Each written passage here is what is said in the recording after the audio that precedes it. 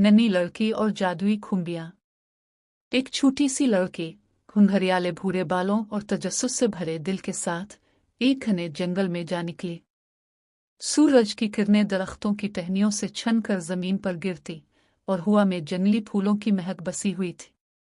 वो जंगल के हसन में खोई हुई थी जब अचानक इसकी नज़र कुछ अजीबो-गरीब खुम्बियों पर पड़े। उनके सुर्खी माइल जामनी रंग के टोपे थे और उनकी तनों पर नफीस घूमती हुई नक्शो निगार जैसे खुद कुदरत ने तराशे हों। ये खुम्बियाँ किसी राज को छुपाए हुए लग रही थी, जैसे वो इसे करीब बुलाने की कोशिश कर रही हूं।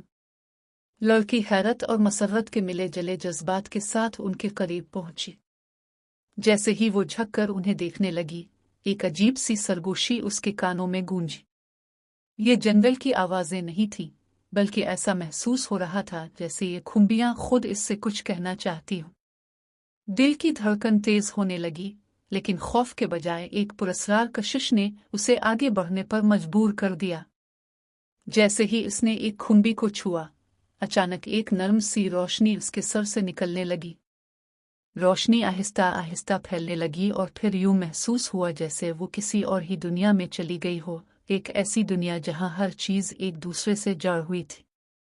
दरख्त, पौधे, जानवर, पानी, हवा सब आपस में एक अनदेखी डोर से बंधे हुए थे।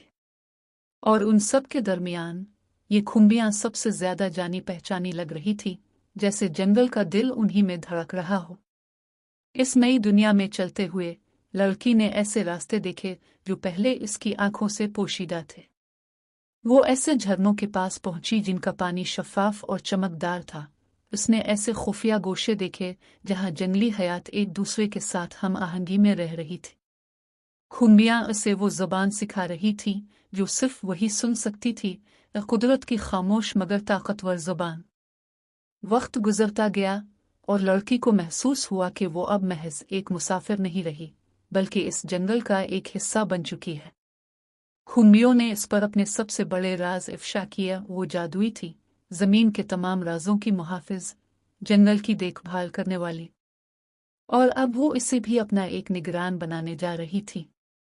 जैसे जैसे सूरज गुरूब होने लगा, खुम्बियाँ अपनी रोशनी मध्यम करने लगे, मगर उनकी आखिरी सरगोशी ने लड़की के दिल में एक खास जगह बना ली। उन्होंने इसे सिखाया कि ज़मीन की हर चीज़ जुड़ी हुई है, और अगर हम इस ताल्लुक को समझ जाएं, तो हम खुद भी इस फितरत के मुहाफिज बन सकते हैं। लड़की ने अपने अंदर एक नई ताकत महसूस की, एक नया फर्ज। वो अब सिर्फ एक तजस्सुस भरी मुसाफिर नहीं थी, बल्कि जंगल की दोस्त और उसकी हिफाजत की जिम्मेदार भी थी। ये जादुई मुलाकात सिर्फ खुम्बियों के राजों के बारे में नहीं थी, बल्कि कुदरत की वसअत और दोस्ती के खूबसूरत उसूलों के बारे में भी थी। अगर हम सुनने की कोशिश करें, तो शायद हमें भी कुदरत के ये राज समझ में आ जाएं। क्या आपने कभी जिंदगी में कोई ऐसा जादुई लम्हा महसूस किया है? अगर हाँ, तो अपने तजुर्बे हमारे साथ शेयर करें।